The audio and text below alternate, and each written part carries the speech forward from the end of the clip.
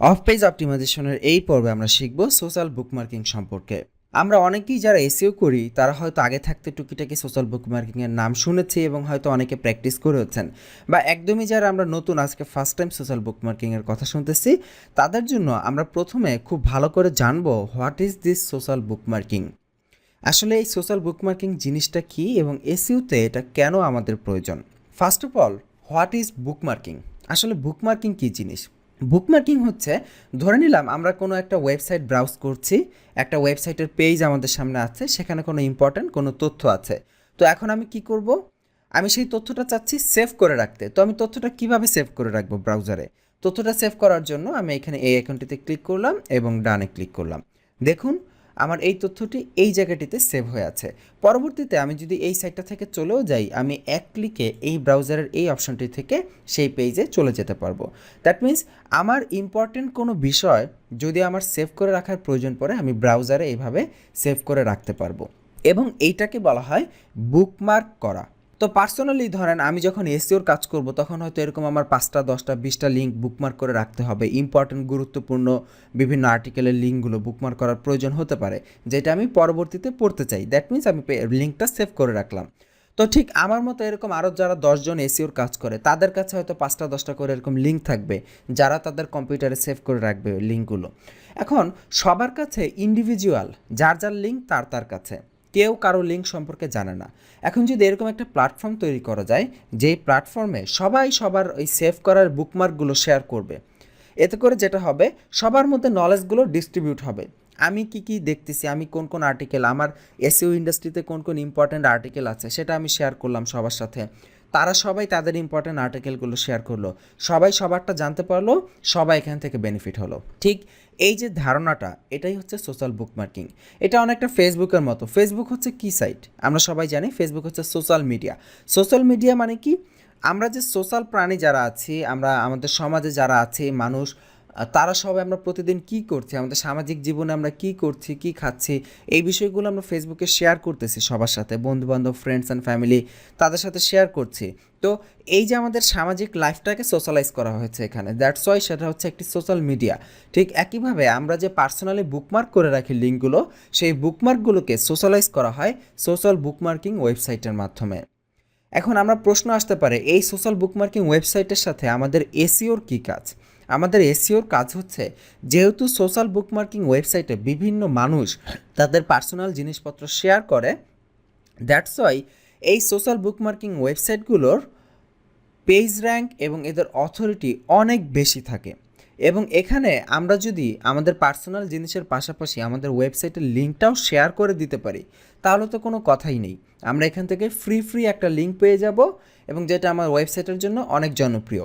এবং শুধু লিঙ্কই না, এই সাইটগুলোতে আমরা যদি আমাদের ওয়েবসাইটের লিঙ্ক শেয়ার করি, সেখান থেকে ট্রাফিকও আসতে পারে, এবং প্রচুর ট্রাফিক আনা যায়, এবং অনেকে এখানে মার্কেটিং করে সেলসও নিয়ে আসে। ট্রাফিক তো ভালো কথা, এখান থেকে ডিরেক্ট সেলসও পায়।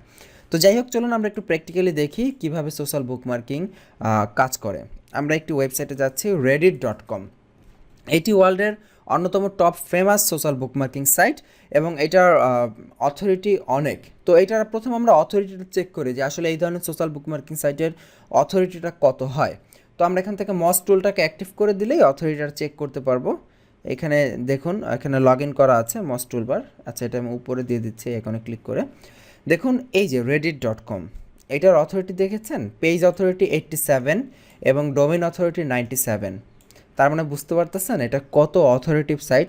এবং এরকম একটি সাইট থেকে যদি আমি আমার ওয়েবসাইটের জন্য একটি ব্যাকলিঙ্ক সহজে ফ্রিতে জেনারেট করতে পারি, এটা আমার জন্য অনেক হেল্পফুল। এবং শুধু ব্যাকলিঙ্কই না, পাশাপাশি ট্রাফিকও জেনারেট হবে। এখন এই যে দেখুন, সোশ্যাল বুকমার্কিং সাইটগুলোতে বিভিন্ন লোক তাদের বিভিন্ন বিষয় এখানে শেয়ার করেছে, তাদের প্রতিনিয়ত বিভিন্ন বিষয় এক একজন শেয়ার করেছে। এবং আমরা চাইলে এখান থেকে পার্টিকুলারলি কোনো একটা ইন্ডাস্ট্রির কোনো তথ্য খুঁজতে পারি। যেমন এটাকে আমি নিচে নামিয়ে দিই এখান থেকে। এখানে দেখুন, লগ ইন বা সাইন আপ করে নিব, তার আগে আমরা এখানে খুঁজি। ধরেন এসইও ইন্ডাস্ট্রিতে কে কী সার্চ করেছে, এসইও দিয়ে সার্চ করলাম। দেখুন, এসইও ইন্ডাস্ট্রিতে অনেক ভদ্রলোক অনেক কিছু সার্চ করছে। যেমন এখানে একজন এখানে লিখেছে, I am tired of reading the same old drop shipping, cleaning, data science, SEO and usual business, whatever. এখানে আরেকজন শেয়ার করেছে, SEO is the master of deductive reasoning. এখানে দেখুন 100% leader SEO my new has passed away. Okay, এরকম দেখেন SEO malicious compliance, এরকম SEO নিয়ে অনেকেই অনেক তথ্য এখানে শেয়ার করেছে। আমরা যদি এই তথ্যগুলো দেখতে চাই, ধরে নিলাম এই যে এখানে দেখুন লিঙ্কের মতো আইকন আছে, এই লিঙ্কের আইকনে ক্লিক করলে আমরা রেডিট থেকে বের হয়ে ওই ভদ্রলোকের যে ওয়েবসাইট রয়েছে সেই ওয়েবসাইটে চলে যাব। দেখুন এখানে পেজটা আসতেছে, এবং এটা আসলে ইংলিশে না, এটা অন্য কোনো ল্যাঙ্গুয়েজে, যাই হোক সে তার লোকাল ল্যাঙ্গুয়েজে শেয়ার করেছে। তো এই সাইটগুলোতে আমরা আমাদের লিঙ্ক শেয়ার করতে পারবো। এবং এখানে দেখুন আমরা কিন্তু এই সাইটটাকে ম্যানিপুলেট করতেছি, কারণ এই সাইটগুলো করা হয়েছে কিসের জন্য? সবাই ফ্রিতে তাদের নিজস্ব রিসোর্সগুলো শেয়ার করবে এই জন্য। কিন্তু আমরা সেখানে কি করতেছি? ইন্টেনশনালি আমাদের ওয়েবসাইটের লিঙ্ক সেখানে শেয়ার করতেছি। সো দ্যাটস ওয়াই এই ওয়েবসাইটগুলো জানে যে অনেকেই আছে, অনেক সার্চ ইঞ্জিন অপটিমাইজার আছে, ডিজিটাল মার্কেটার আছে, তারা এই প্ল্যাটফর্মগুলোকে মিস ইউজ করবে এই ধরনের তাদের নিজেদের লিঙ্ক, ব্যাক লিঙ্ক নেওয়ার জন্য।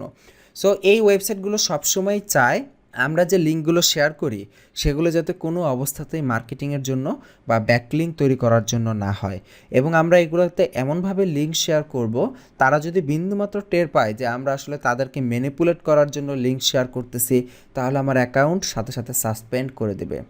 সো বি কেয়ারফুল, এই ধরনের সাইটগুলোতে আমরা লিঙ্ক শেয়ার, দেখা গেছে আমি 10টা জেনারেল লিঙ্ক শেয়ার করব, হয়তো কোনো এসিওর জন্য না, কোনো মার্কেটিং পারপাসে না, কিন্তু হয়তো 10টা জেনারেল লিঙ্ক শেয়ার করার পরে হয়তো আমি একটা লিঙ্ক শেয়ার করব।